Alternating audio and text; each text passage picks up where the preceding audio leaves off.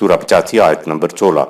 یعنی وہ اپنے ارادے، اپنے پلان، اپنی مشیت اور اپنی اسکیم کے مطابق جو قانون اس نے بنا دیے ہیں ان میں کوئی دخل نہیں دیتا۔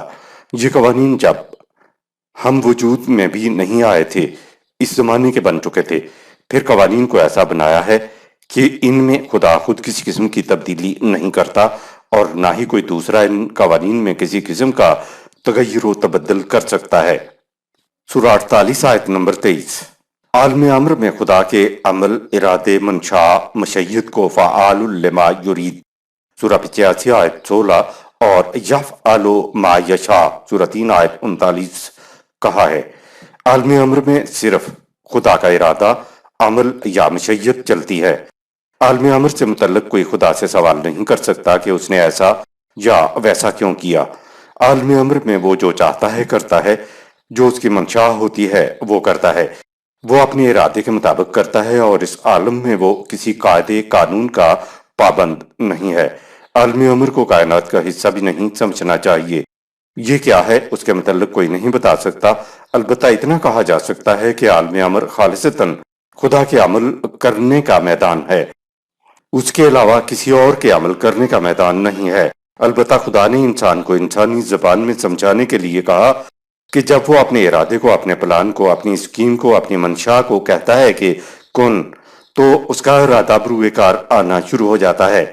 ارادہ کس طرح بروئے کار آتا ہے ہم نہیں جان سکتے۔ خدا سچ مچ کن کا لفظ ادا نہیں کرتا، یہ تو خدا نے انسانوں کو سمجھانے کے لیے ایسا کہا ہے، ورنہ ہم عالم امر کے متعلق کچھ نہیں جان سکتے۔ کن کا تعلق عالم امر سے ہے۔ عالم خلق، عالم امر میں خدا کا ارادہ، منشا، پلان یا اسکیم کن کہنے سے جس شے کے حق میں بروئے کار آتا ہے تو خدا کے ارادے میں پوشیدہ شے کن کے فوراً بعد عالم خلق میں پست ترین اور محسوس شکل میں آ جاتی ہے، اور شے سے متعلق جو قوانین عالم امر میں بنائے گئے تھے وہ شے کی تخلیق کے لیے بروئے کار آنا شروع ہو جاتے ہیں۔ یہ فیکون ہے اور اس کا تعلق عالم خلق سے ہے۔ اب شے پہلے سے طے کردہ قوانین کے تحت ارتقائی منازل طے کرتی ہے اور آہستہ آہستہ اپنے نقطۂ تکمیل تک پہنچتی ہے۔ عالم امر میں طے کردہ قوانین کے مطابق شے عالم خلق میں ارتقاء کرنے اور زندگی بسر کرنے پر مجبور ہوتی ہے۔ اس مرحلے کے متعلق خدا نے کہا خلق کل شیء فقدرہ تقدیرا سورہ 25 آیت نمبر 2۔ اب عالم خلق میں ہر شے ہمارے قانون کے مطابق چلنے کے اوپر مجبور پیدا کر دی گئی۔ قانون بنانے کے بعد کہہ دیا وَلَن تَجِدَ لِسُنَّتِ اللَّهِ تَبْدِيلًا سورہ 48 آیت نمبر 23۔ ہم نے جو قوانین بنائے ہیں اب ان میں کوئی تبدیلی نہ ہوگی۔ خدا کے قانون کے اس دوسرے گوشے میں ہر بات قانون کے مطابق ہوگی۔ یہ محسوس کائنات کا عارضی دائرہ ہے جہاں اشیاء کائنات خدا کے بنائے ہوئے قانون کے مطابق زندگی بسر کرنے پر مجبور ہیں۔ انسان کی زبان میں انسانوں کو سمجھانا پڑتا ہے، اس لیے یہ کہنا پڑتا ہے کہ جس خدا نے یہ کہا کہ لا تبدیل لکلماتہ سورہ 6 آیت 115، تم ہمارے قانون میں کبھی تبدیلی نہیں پاؤ گے، تو اس کے معنی یہ ہوئے کہ قانون کو طے کرنے کے بعد خدا خود اپنے آپ پر جبر عائد کر لیتا ہے کہ میں اپنے قانون میں تبدیلی نہیں کروں گا۔ قانون اور اشیاء کائنات دونوں اب مجبور ہو گئیں کیونکہ خدا قانون میں تبدیلی نہیں کرتا، دوسرا کوئی ان میں تبدیلی نہیں کر سکتا اور اشیاء قانون سے ہٹ نہیں سکتی۔ یہ خدا کا عالم خلق ہے۔ پوری کائنات میں خدا نے صرف انسان کو اختیار و ارادہ عطا فرمایا ہے، اس کو مجبور پیدا نہیں کیا گیا۔ یہ چاہے تو قوانین خداوندی کے مطابق زندگی بسر کرے اور چاہے تو کوئی دوسرا راستہ اختیار کر لے، یہ آزاد ہے۔ اسی لیے تو خدا نے انسان سے کہا اعملوا ما شئتم سورہ 41 آیت نمبر 40، اے انسان جو تو چاہتا ہے کر۔ لہذا عالم خلق انسان کے عمل کا میدان ہے، خدا کے عمل کا میدان نہیں ہے، البتہ عالم خلق میں اس کا قانون کار فرما ہوتا ہے۔ تو اب بات یہ ہوئی کہ عالم امر صرف خدا کے عمل کا میدان ہے اور عالم خلق صرف انسان کے عمل کا میدان ہے، اس لیے اس میں کسی دوسرے یہاں تک کہ خدا کے عمل کی بھی گنجائش نہیں، یعنی یہ گنجائش خدا نے خود اپنے پاس نہیں رکھی۔ البتہ عالم خلق میں خدا کا قانون کار فرما ہے جو انسان کے عمل کو نتیجہ خیز بناتا ہے۔ عالم انسانیت، اپنے قانون کو تو عالم خلق میں خدا نے مجبور پیدا کیا ہے، لیکن انسان کو اختیار و ارادہ مل جانے کے بعد انسان خود مختار واقع ہوا ہے، چاہے تو قوانین خداوندی کے مطابق زندگی بسر کرے اور چاہے تو کوئی دوسرا راستہ اختیار کر لے۔ اس کے اختیار و ارادے کا تو یہ عالم ہے کہ خدا نے خود اس کے متعلق کہہ دیا فَمَنْ شَاءَ فَلْيُؤْمِنْ وَمَنْ شَاءَ فَلْيَكْفُرْ، سورہ 18 آیت نمبر 29۔ جس کا جی چاہے ہمارے قوانین پر ایمان لا کر ان کے مطابق عمل کرے اور جس کا جی چاہے ہمارے قوانین کا انکار کر دے۔ ایمان، انکار اور عمل میں انسان کو پوری آزادی ہے، البتہ یہ اس کی مجبوری ہے کہ اپنے عمل کا اپنی خواہش کے مطابق نتیجہ برآمد نہیں کر سکتا۔ نتیجہ تو خدا کے قانون نے برآمد کرنا ہے۔ اگر یہ تینوں گوشے سامنے ہوں تو قرآن کو سمجھنے میں کوئی دشواری نہیں آتی اور آیات کے مفہوم میں تضاد بھی نہیں رہتا۔ فعال لما یرید، سورہ 85 آیت نمبر 16 اور یفعل ما یشاء، سورہ 3 آیت 39 دراصل عالم امر سے متعلق ہیں۔ اس قسم کی آیات قرآن میں آئیں تو ان کا تعلق عالم امر سے سمجھنا چاہیے، جس میں خدا اپنی مشیت، ارادے و اختیار کے ساتھ قانون بناتا ہے۔ اس کے بعد خدا کا قانون عالم خلق میں بروئے کار آ جاتا ہے تو خدا خود ہی اپنے اوپر پابندی عائد کر دیتا ہے کہ میں اب اس قانون میں تبدیلی نہیں کروں گا۔ یہ کچھ کہنے کے بعد قرآن انسانی دنیا کے انقلابوں کی طرف آ گیا ہے۔ آیت نمبر 17۔ هل أتاك حديث الجنود؟ کیا تم تک ان کے واقعات نہیں پہنچے جو بڑے بڑے لشکروں کے ساتھ قوانین خداوندی کی مخالفت کے لیے ہجوم کر کے آئے تھے؟ قانون مکافات کی نتیجہ خیزی کو قرآن تاریخی شواہد کے ذریعے سمجھا رہا ہے۔ آیت نمبر 18۔ فرعون وثمود، فرعون و سمود یعنی قوم فرعون اور قوم سمود کے لوگوں کا انجام۔ آیت نمبر 19۔ بل الذين كفروا في تكذيب، اے رسول، یہ مخالفین ہمارے قوانین سے سرکشی برتتے ہیں اور انہیں جھٹلاتے ہیں۔ آیت نمبر 20۔ والله من ورائهم محيط، خدا کا وہی قانون جس کے تحت اقوام کی تباہی ہوتی ہے انہیں چاروں اطراف سے گھیرے ہوئے ہے۔ آیت نمبر 21۔ بل هو قرآن مجید، بلکہ قرآن کے قوانین تو بڑے شرف و مجد کے حامل ہیں، تو یہ لوگ کیوں اپنے ہی شرف و مجد سے دور بھاگتے ہیں؟ بل ہوا قرآن مجید، یہ بڑے شرف و مجد کا حامل ضابطہ ہے۔ فرعون اور سمود کے لشکروں کا احاطہ کرنے والی کیا چیز تھی؟ قرآن کا نام قرآن تو محمد صلی اللہ علیہ وسلم کے زمانے میں پڑا، لیکن قرآن نے یہ بتایا ہے کہ یہی قرآن سابقہ صحیفوں میں بھی تھا، سورہ 87 آیت نمبر 18۔ اصولی طور پر قرآن کے قوانین پہلے ہی دن سے اس طرح دیے گئے تھے، قوانین خداوندی نہیں بدلا کرتے، سورہ 48 آیت نمبر 23۔ بدلتی ہیں تو قانون کی جزیات بدلا کرتی ہیں۔ آیت نمبر 22۔ فی لوح محفوظ، خدا کے قوانین ہر قسم کے خارجی اثرات سے محفوظ رہنے والی تختی پر پندہ ہیں۔ خدا کے طبعی قوانین صحیفہ کائنات میں بھی محفوظ ہیں اور اخلاقی قوانین قرآن کے اوراق میں بھی محفوظ ہیں، ان میں کبھی تغیر و تبدل نہیں ہوگا۔ لوح ہر چمکنے والی شے کو کہتے ہیں۔ اس کے بعد جب تحریر کی ابتدا ہوئی تو مٹی کی تختیاں بنا کر ان کے اوپر ابھار کر نقش بنایا کرتے تھے، یوں تحریر کی ابتدا ہوئی تھی، اس لیے ان تختیوں کو لوح یا الواح کہا جاتا تھا۔ اب اس کے معنی ہر وہ شے ہے جس پر تحریر کیا جائے بشرطے کہ تحریر چمکدار ہو۔ تحریر کا چمکدار ہونا ضروری ہے۔ دوسری جگہ قرآن کے متعلق ہے فی کتاب مکنون، سورہ 56 آیت نمبر 78۔